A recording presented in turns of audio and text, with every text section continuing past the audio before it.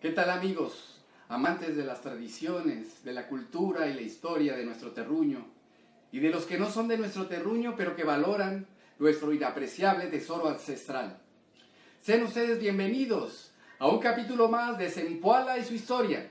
Soy su amigo Osvaldo Platas, y en el capítulo de hoy veremos la llegada de los españoles, segunda parte. Antes de comenzar este video, quiero mandarle un saludo y responderle la pregunta que me hizo un joven, el joven Gustavo López Carames. Gustavo, en este capítulo se abunda mucho acerca de tu pregunta. Entonces, esa pregunta acerca de por qué Zempoala no se convirtió en ciudad colonial con el nombre de Nueva Sevilla. Como dijimos en la primera parte, a la llegada de los españoles cambió para siempre la vida progresista de Zempoala. Nuestras tribus indígenas fueron privadas de todos sus derechos, usándolos de tamemes de carga y de carne de cañón en la conquista. Y los habitantes que quedaron en la zona les impusieron el cristianismo como religión, pero también los convirtieron en esclavos para trabajar jornadas extenuantes de 12 horas en las tierras del cultivo de caña que adoptaron los señores feudales españoles que se arraigaron a lo largo y ancho de la cuenca baja del río Actopan. Desde entonces, amigos, se convirtió en zona cañera.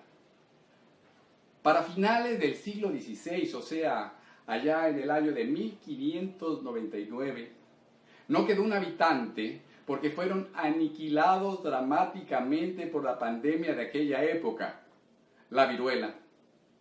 Fue por esto que en el centro ceremonial de Zempoala quedó intacto, pero abandonado, porque no pudieron ser derrumbados para poner un templo católico como lo hicieron en Cholula o en Ciudad de México o en las demás ciudades coloniales que fueron fundando. Nuestro Zempoala, de haber corrido con esa suerte, la hubieran llamado y fundado con el nombre de Nueva Sevilla o Villa Viciosa, como nos narra la historia antigua de México. Dice el maestro José Luis Melgarejo Vivanco en su breve historia de Veracruz, páginas 51 y 52. Al tercer día, los ávidos expedicionarios entraron a Zempoala con la imaginación desbordada, como para figurarles que eran de plata los edificios, los templos, renovados por la fiesta del Año Nuevo que acababa de pasar el 22 de marzo.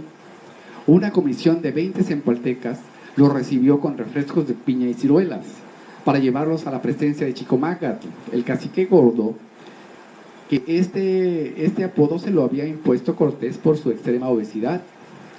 Quien contestó el discurso de Cortés, dice Melgarejo Vivanco, con una elocuencia notable, relatando los graves padecimientos que le imponía el imperio azteca. El extranjero no era corto para ofrecer ayudas.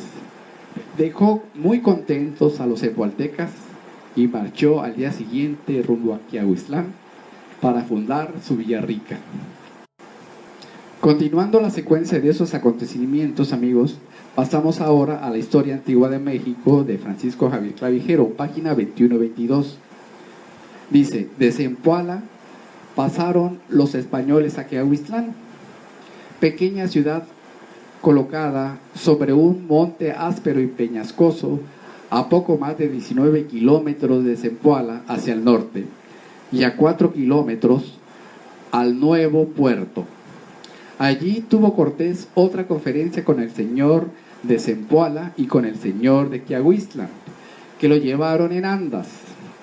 Al señor de Zempoala, el cacique gordo, lo llevaron en andas. Andas, amigos, eran dos grandes troncos de madera cargados por 4 esclavos indígenas que sostenían al corpulento señor Chicomácatl y que lo transportaban cuando era necesario.